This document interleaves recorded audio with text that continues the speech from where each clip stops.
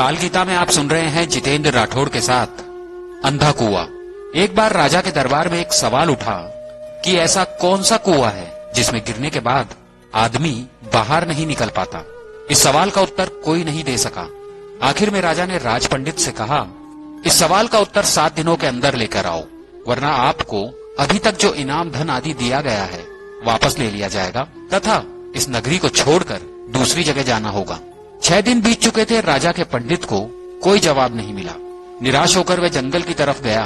वहां उसकी भेंट एक गडरिये से हुई।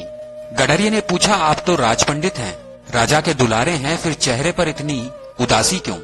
ये गडरिया मेरा क्या मार्गदर्शन करेगा? सोचकर पंडित जी ने कुछ नहीं कहा। इस पर गडरिये ने पुनः उदासी का कारण पूछते हुए कहा, पंडित जी, हम सत्संगी हैं, हो सकता है आपके सवाल का जवाब मेरे पास हो, अतः निसंकोच कहिए। राज पंडित ने सवाल बता दिया और कहा कि अगर कल तक सवाल का जवाब नहीं मिला तो राजा नगर से निकाल देंगे। गडरिया बोला, मेरे पास पारस है, उससे खूब सोना बनाओ। एक राजा तो क्या, लाखों राजा तेरे पीछे घूमेंगे। बस पारस देने से पहले मेरी एक शर्त माननी होगी, आपको मेरा चेला बनना पड़ेगा।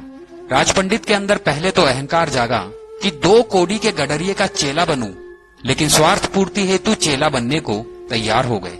गडरिया बोला, पहले भेड़ का दूध पियो, फिर चेला बनो।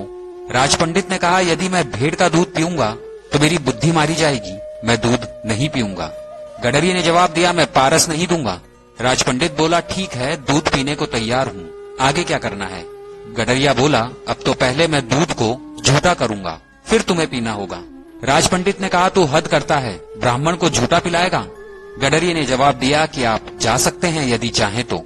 राज पंडित बोला, मैं तैयार हूँ झूठा दूध पीने को।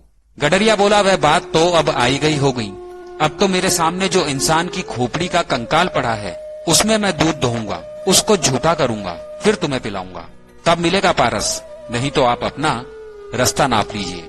राज पंडित ने खूब विचार कर कर कहा, है तो बड़ा कठिन काम, लेकिन मैं तैयार हूँ। उसी वक्त गडरिये ने कहा कि आपको जवाब मिल गया, यही तो वो कुआं है, लोभ का, तृष्णा का, जिसमें आदमी गिरता जाता है और फिर कभी निकलता नहीं है। जैसे तुम पारस पत्थर को पाने के लिए इस लोभ रूपी कुएं में गिरते चले गए, इसलिए इंसान को कभी लोभ के कुएं में नहीं गिरना चाहिए। आप सुन रहे हैं काल गीता की कहानियां जितेंद्र राठौड़ के साथ।